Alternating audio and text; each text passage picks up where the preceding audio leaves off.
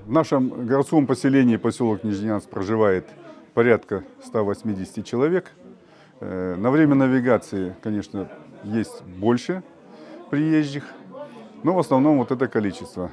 Существует средняя школа, где обучается 11 человек, есть детский сад, есть такие предприятия, как нефтебаза, филиал Саханефтегазбыта, есть Янский технический участок водных путей и судоходства. Значит, есть дизельная электростанция Сахаэнерго, есть котельная АО «Теплоэнергосервис». Вот. В общем-то, все, кто живет в поселке, работают на этом предприятии. Есть ряд целых проблем для населения нашего поселка. В связи с чем вот на данном собрании отчета правительственной делегации эти вопросы поднимались. Самый острый вопрос стоит по обеспечению транспортным сообщением, возможности выехать на лечение в том числе, обеспечение лекарственными препаратами, обеспечение своевременной доставки почты, обеспечение продуктами, социально значимыми продуктами первой необходимости. Все эти вопросы жители поселка задавали членам делегации после того, как выслушали отчет. Вопросы были поставлены, объяснены, доведены до членов делегации. И все это было зафиксировано в протоколе. Значит, надеемся, и я в том числе, и жители поселка, на то, что наши наказы будут приняты к сведению, исполнены.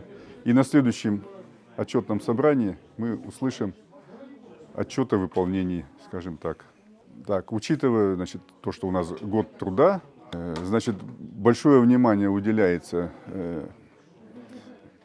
вакантным местам на наших предприятиях, привлечению молодых кадров для того, чтобы производство не останавливалось. Стремимся привлекать молодых педагогов.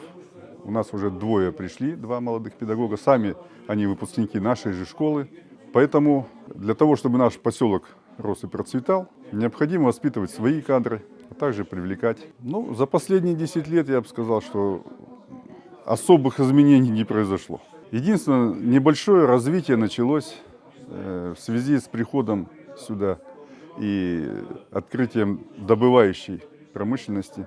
Это золотые прииски в Северном, это строительство атомной станции в Усть-Куйге. Но в связи с тем, что, значит, все материалы, топливо для этих промышленных предприятий идет через Нижнеянск, поэтому и Нижнеянск получил, соответственно, какое-то движение, возможность для роста.